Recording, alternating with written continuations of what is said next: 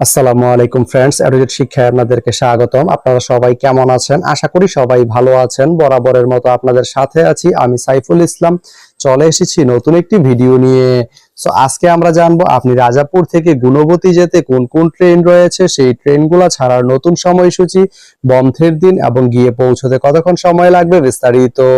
আমি যদি আপনাদেরকে ট্রেনের সময়সূচিগুলো বলে দেই, আপনি রাজাপুর থেকে গুণবতী যেতে প্রথমে যে ট্রেনটি রয়েছে সেটি হচ্ছে কর্ণফুলী ট্রেনটি রাজাপুর থেকে ছাড়বে দুপুর 2টা 5 মিনিটে এবং এটি গুণবতী গিয়ে পৌঁছবে দুপুর 3টা 31 মিনিটে। এই ট্রেনটির কোনো অফ ডে নেই। এরপরে রয়েছে ময়মনসিংহ মেল ট্রেনটি রাজাপুর থেকে ছাড়বে দুপুর 3টা 31 মিনিটে এবং এটি গুণবতী গিয়ে পৌঁছবে বিকেল 5টা 31 মিনিটে। এই ট্রেনটির কোনো অফ ডে নেই। তো আপনি রাজাপুর থেকে গুণবতী যেতে এই দুইটি ট্রেনের যে কোনো একটি ট্রেন ব্যবহার করতে পারেন। তো ভিডিওটি কেমন লাগলো অবশ্যই কমেন্ট করে জানাবেন।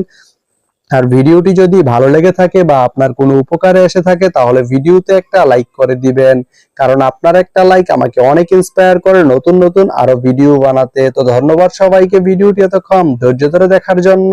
ভালো থাকবেন, সুস্থ থাকবেন, এডুকেট শিক্ষার সঙ্গেই থাকবেন।